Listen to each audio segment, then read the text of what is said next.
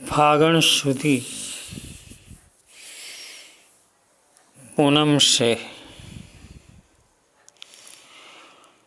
कार्तिक शुद्धि 14 तक जो चीज़ हम नहीं वापर सकते थे, जैसे कि सूखा मेवा, भाजीपाला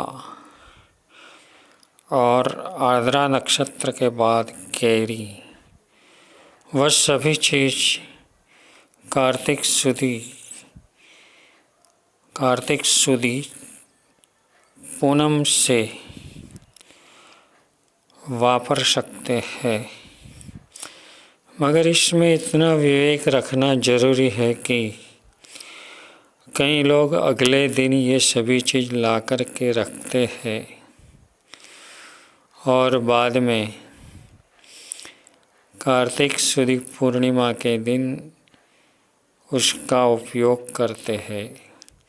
तो ऐसा हम नहीं कर सकते, क्योंकि हम जहाँ से ये खरीद करके लाते हैं वो सूखा मेवा आदि वापरने की जो अवधि है, समय है, यानी कि कार्तिक शुद्धि पूर्णिमा है, उनसे पहले लाते हैं और उसमें अभी तक जीव होने की संभावना है। तो अगर हम उसको खरीद कर लाएंगे तो उसमें जो जीव है उनकी विराधना होने की पूरी संभावना है।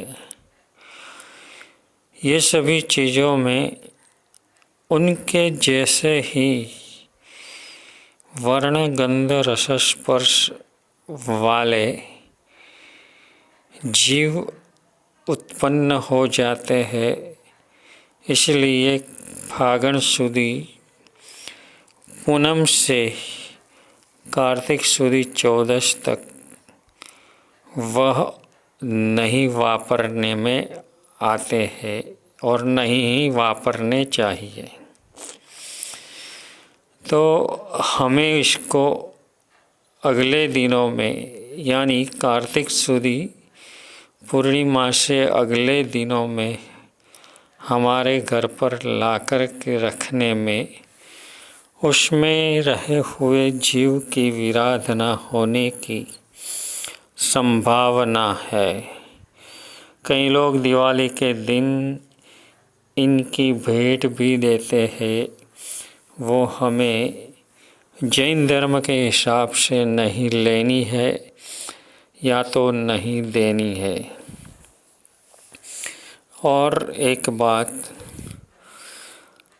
कि खजूर और जर्दालू, इनके लिए ऐसा कहते हैं कि वो जब सूख जाता है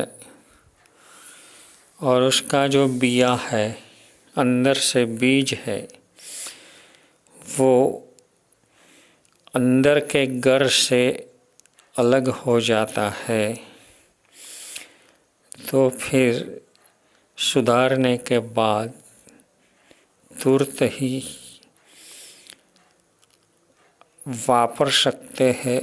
मगर ऐसा नहीं करना चाहिए, क्योंकि सभी खजूर में और सभी जर्दालू में ऐसा होने की संभावना नहीं है।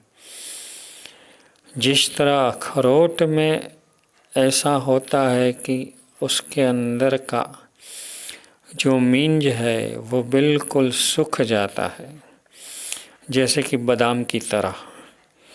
तो अखरोट, बादाम वगैरह फोड़ने के बाद तुरंत ही उपयोग में ले सकते हैं। उसके लिए 48 मिनट की राह देखने की ज़रूरत नहीं है। मगर काली और ब्राउन कलर की खजूर और साथ ही साथ जर्दालू, इनमें सभी में ऐसी संभावना नहीं होने से उसको बिना सुधारने के बाद उसके बीज निकालने के बाद 48 मिनट के बाद वापरना उचित है। कई लोग अपने घर पर चातुर्मास परिवर्तन के लिए साधु साध्वी जी भगवंतों को पधराते हैं और यीशु का मेवा आदि का लाभ लेते हैं, मगर वो कार्तिक शुद्ध पूर्णिमा के दिन लाए हुए हो तो चलेगा।